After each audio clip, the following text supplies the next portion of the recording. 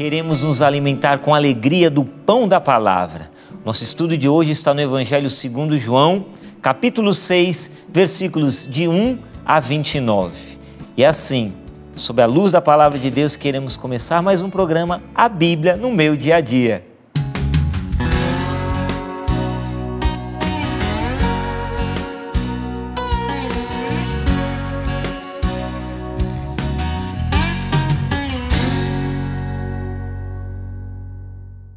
Que alegria podemos estar juntos mais uma vez no nosso estudo diário da Palavra de Deus. Hoje, Evangelho de João, capítulo 6, a partir do versículo 1 até o 29. E é assim, desse jeito que a gente quer começar o nosso estudo com a Palavra de Deus, na presença de Deus. Caneta, Bíblia, caderno. E se você tem alguma dúvida, meu irmão, a respeito do estudo da palavra, algo que ainda não está claro para você, você pode ir lá no nosso site, na página da TV Canção Nova, e ali você tem, no programa A Bíblia no Meu Dia a Dia, você tem o primeiro programa, que foi exatamente apresentado pelo nosso pai fundador, Monsenhor Jonas, e ali ele explica direitinho o que é o que são as ordens, o que são as promessas, os que são os princípios eternos, a mensagem, como colocar essa palavra de Deus em prática, está tudo ali. Então é só você procurar, você vai encontrar esclarecer essas dúvidas, né? Porque a gente pode fazer o estudo e de repente tem uma ou outra dúvida, então está tudo ali, só você procurar, tá bom? No TV Canção Nova na internet. Então vamos lá, e a gente começa com a oração, na presença de Deus, rezando, com muita alegria, porque o Senhor quer nos alimentar com o pão da palavra. Vamos juntos, em nome do Pai, do Filho e do Espírito Santo. Amém. Vinde, Espírito Santo, enchei os corações dos vossos fiéis e acendei neles o fogo do vosso amor. Enviai o vosso Espírito e tudo será criado e renovareis a face da terra. Oremos, Deus que instruíste os corações dos vossos fiéis, com a luz do Espírito Santo. Fazei que apreciemos retamente todas as coisas, segundo o mesmo Espírito, e gozemos sempre da sua consolação, por Cristo Senhor nosso. Amém. Bíblia Apóstolos, vamos lá começar o nosso estudo. João capítulo 6, versículo 1. Depois disso, Jesus foi para o outro lado do mar da Galileia, ou seja, de Tiberíades. Uma grande multidão o seguia, vendo os sinais que ele fazia a favor dos doentes. Jesus subiu a montanha e sentou-se lá com seus discípulos. Estava próxima a Páscoa, a festa dos judeus. Levantando os olhos e vendo uma grande multidão que vinha a ele, Jesus disse a Filipe: onde vamos comprar pão para que estes possam comer? Disse isso para testar Filipe, pois ele sabia muito bem o que ia fazer. Filipe respondeu: nem 200 denários de pão bastariam para dar um pouquinho a cada um. Um dos discípulos, André, irmão de Simão Pedro, disse: está aqui um menino com 5 pães de cevada e 2 peixes. Mas que é isso para tanta gente? Eu faço uma pausa aqui e eu já quero recorrer aqui ao meu irmão, amigo Denis Duarte, nosso biblista. Denis, esclarece isso para nós aqui. Eu tenho, na verdade, 2 dúvidas aqui nesse versículo 9. Primeiro, se tem algum significado o fato de ter sido um menino. Tem algum significado isso? O fato de ter sido um menino, não um idoso, não um jovem, mas foi um menino que apresentou os 5 pães e os 2 peixes. E outra dúvida é, por que 5 pães e 2 peixes? Também há um significado nisso? Nessa numeração, 5 pães, 2 peixes? Então, 2 dúvidas num versículo só. Esclarece para nós aí, por favor. Muito bem, Alexandre. Estou gostando de ver. A gente continua firme aí estudando o Evangelho segundo São João. Bom, mas o que significa aí, né, nesses textos que estamos estudando, essa criança que doa aí os 5 pães e os 2 peixinhos e essa quantidade de pães e de peixes? Bom, essa passagem ela é conhecida na tradição dos evangelhos, né? Ela está presente em outros evangelhos, além do Evangelho de São João, por isso, da sua importância. Mas o que significa então essa criança? Essa criança pode representar para nós a nossa fragilidade humana, com as nossas imperfeições, as nossas limitações. Veja bem, eles estão ali diante de uma multidão com fome. E aí chega uma criança com apenas 5 pães e 2 peixes, querendo ajudar a resolver esse problema. Como é que você vai matar a fome de uma multidão só com essa quantidade de pães e de peixes? Não dá, né, minha gente? Mas olha que bonito. Nessa fragilidade humana representada por essa criança, nós temos também a confiança desse menino que vai até Jesus e oferece tudo o que possui, tudo o que tem. Isso também nós precisamos aprender com essa criança, porque ela oferece 5 pães e 2 peixes. 5 mais 2, 7. 7 na tradição bíblica muitas vezes é compreendido como a perfeição de Deus. Veja, na nossa imperfeição, Deus realiza o milagre a partir do momento que nós oferecemos tudo a Ele. Isso é muito bonito. Nós precisamos entender isso, que nós somos imperfeitos, nós somos frágeis como aquela criança, mas quando nós entregamos tudo, mesmo que seja pouco, que o nosso tudo seja pouco, seja limitado, mas quando assim nós fazemos, Deus realiza um milagre. Jesus realiza o milagre da multiplicação e multiplica tanto a ponto de expandir isso, de atingir outras pessoas, porque nós temos um outro número nessa passagem que é o número 12. Sobraram 12 cestos de pães e de peixes, depois de alimentar toda aquela multidão.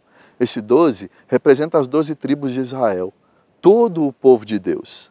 Quando nós oferecemos tudo a Jesus, Jesus multiplica, realiza o milagre, a ponto de beneficiar não somente a nós, mas a todas as pessoas à nossa volta, todas as pessoas que são conosco, povo de Deus. Obrigado, Denis, meu irmão. Por isso que é bom a gente conversar, né, com pessoas sábias, né, que entendem da palavra de Deus, né, e vai nos esclarecendo. Como é bom isso, né? Vamos prosseguir o nosso estudo? Versículo 10. Jesus disse: fazei as pessoas sentar-se. Aqui já tem uma ordem, olha aí, uma ordem de Deus. Mas que ordem é essa aqui? Né? Fazer as pessoas sentar-se. Mas está no imperativo. Padre João nos ensina aqui no livro, a Bíblia no meu dia a dia, quando está no imperativo é Deus dando uma ordem para nós. E aqui para mim é uma ordem, fazer as pessoas sentar-se.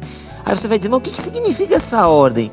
Para mim essa ordem aqui, Deus está falando no meu coração dizendo, porque aqui Ele está dando uma ordem para que as pessoas sejam preparadas para o milagre. Ele vai realizar o milagre, mas é preciso preparar as pessoas para o milagre. Que lindo isso, né?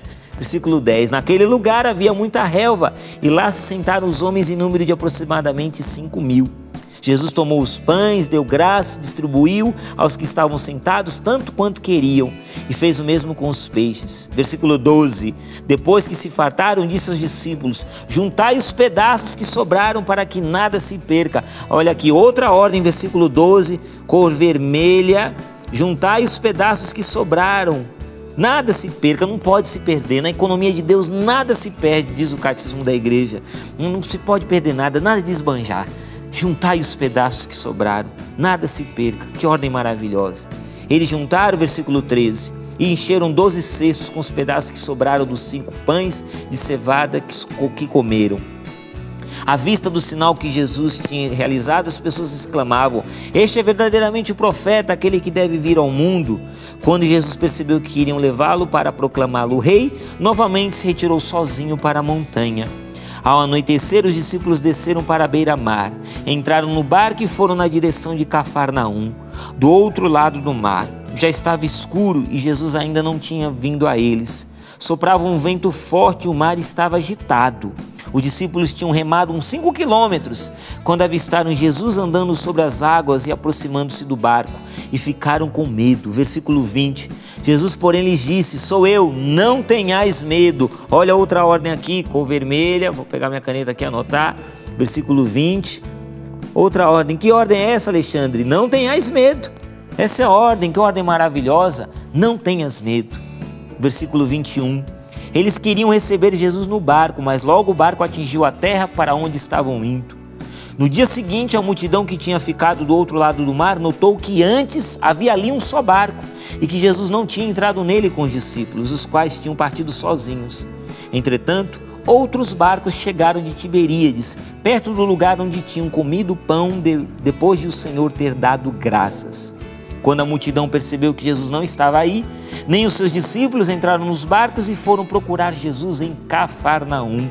Encontrando-o do outro lado do mar, perguntaram-lhe: Rabi, quando chegaste aqui? Versículo 26, Jesus respondeu: em verdade vos digo, estáis me procurando não porque vistes sinais, mas porque comestes pão e ficastes saciado.